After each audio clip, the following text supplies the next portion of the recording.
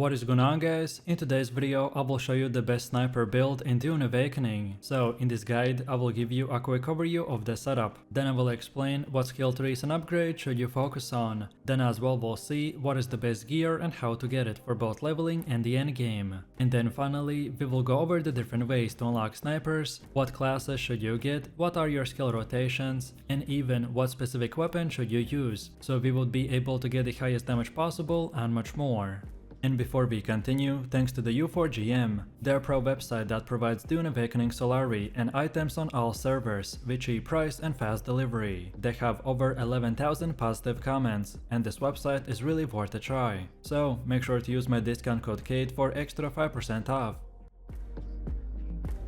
So, a sniper build in Dune Awakening is the ultimate setup for players who prefer to stay at a distance, pick off enemies one by one with precision, and control of the battlefield with the patience and the strategy. This build focuses on maximizing range damage output, critical hits, and the long-range survivability. The main idea revolves around choosing the perfect moment to strike from afar, by utilizing the stealth and positioning to avoid direct confrontation, and capitalizing on the devastating power of the high-impact sniper rifle. If you enjoy a tactical approach where every shot counts and you want to dominate enemies before they even get close to you, then the sniper build is your best choice. It's especially effective in both PvE and PvP, where the map control and timing are key. As you invest into the right skills and the gear, your ability to deal lethal headshots and maintain distance will make you one of the most powerful players on the server. So let's take a look at the setup. For the sniper build, your main focus will be on the trooper and the Ben Gesserit skill trees. Starting with the trooper is essential, as it provides several passive boosts to your range damage, increased critical hit chance, and enhances your accuracy.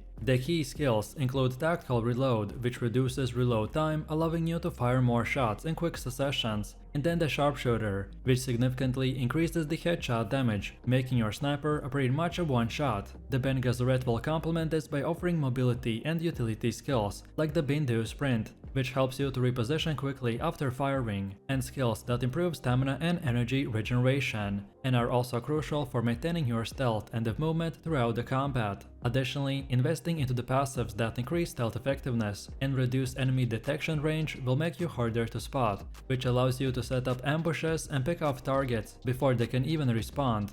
And then through the mid to late game, you will want to balance unlocking damage boosting skills with survivability and the resource management, which will ensure that you can keep firing without running out or getting overwhelmed. As I mentioned, as you progress into the mid-game, your priority will shift to refining your ability to stay alive, while dishing out consistent damage. I recommend for you to focus on unlocking passive bonuses that improve your max health and the stamina, which will help you to survive enemy encounters when things inevitably get close. At this stage, you also want to experiment with the advanced trooper skills that enhance your tactical options, such as deploying grenades to control the space or breaking the enemy shields from afar. Also, incorporating the Ben Gesserit's healing and the energy regeneration passives will ensure that you remain agile and able to maintain the distance. Your gameplay should become more methodical, by engaging enemies from a safe vantage point, then landing a high damage shot and then repositioning, by using the Bindu sprint or other movement abilities to avoid the counterattack. You mainly want to prioritize upgrading your sniper rifle with the perks that improve critical hit damage, range, and the reload speed to maximize your efficiency in the battle. And now finally, once you've reached the endgame, the sniper build will truly come into its own. At this point, we want to max out all the relevant passives that boost damage output, critical hit chance, and the resource regeneration. Skills like the precision strike should be your focus, because they will amplify your ability to deal massive damage with a headshot. By now, your movement and the stealth ability should be honed to the perfection, allowing you to control the pace of the fight and avoid taking unnecessary damage. Consider adding utility skills or the tools that complement your sniper playstyle, such as deploying traps or using grenades to force enemies into the line of the sight. Refining your gear with a high tier armor that improves your stamina regen and the stealth bonuses will also ensure that you remain elusive, while weapon perks focusing on damage and the cooldown reduction will allow you to fire more shots in the less time. In-game sniper play is all about the patience, precision, and the perfect execution, by turning you into a deadly marksman capable of dismantling even the toughest enemies from a distance. Then, while we are on the topic about the snipers, let's see the best way to get them. To fully unlock the potential of a sniper build, getting your hands on the assassin's rifle should be your top priority. This weapon is a high-powered sniper that is designed for stealth, precision, and the critical hit amplification.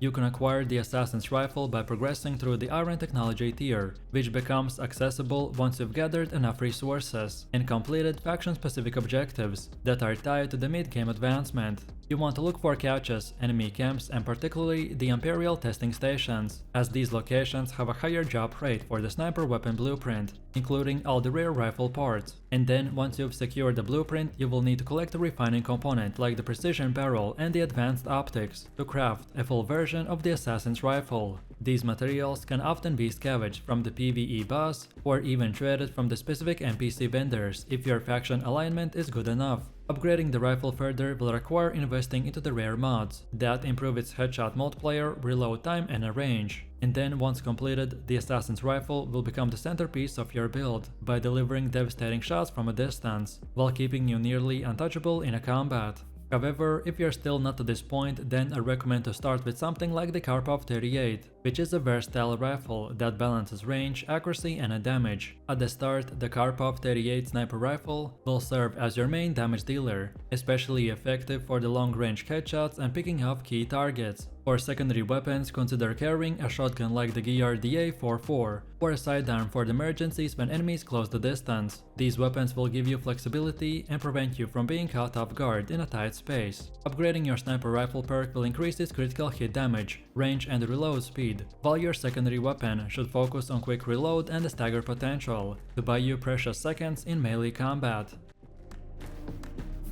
And then, when it comes to the armor for the sniper build, your main goal is to stay alive without sacrificing mobility or stealth. Early on, light or medium armor sets like the Kurab Scout set are ideal because they offer good environmental resistance and enough durability without weighting you down. These sets will improve stamina regen and help you to stay agile while moving between the vantage points. As you progress, I recommend for you to seek out gear that boosts your stamina regen, energy efficiency, and the critical hit bonuses to complement your playstyle. Also, don't overlook the suspensor belts like the Emperor's Wing MK1, which provides essential mobility enhancements, allowing you to reposition quickly or escape dangerous situations. Pair this with a reliable power pack such as the old Sparky MK1 to keep your abilities running longer and maintaining your edge in a drawn-out engagement. In my opinion, the suspensor belt is a must-have to quickly reposition and find a new sightline or escape danger. Early on, you want to equip the Emperor's Wing MK1 to get a solid boost in mobility, and as you progress, you can unlock more advanced belts with increased travel distance and the energy efficiency. Then also, power packs like the old Sparky MK1 will help you to sustain ability usage by regenerating energy faster, which is very critical since the skills like the Bindu Sprint and tactical reloads rely on these resources. Additionally, traps or grenade tools can be used to control the battlefield, slow enemies down, or even force them into vulnerable positions for your snipers to shoot.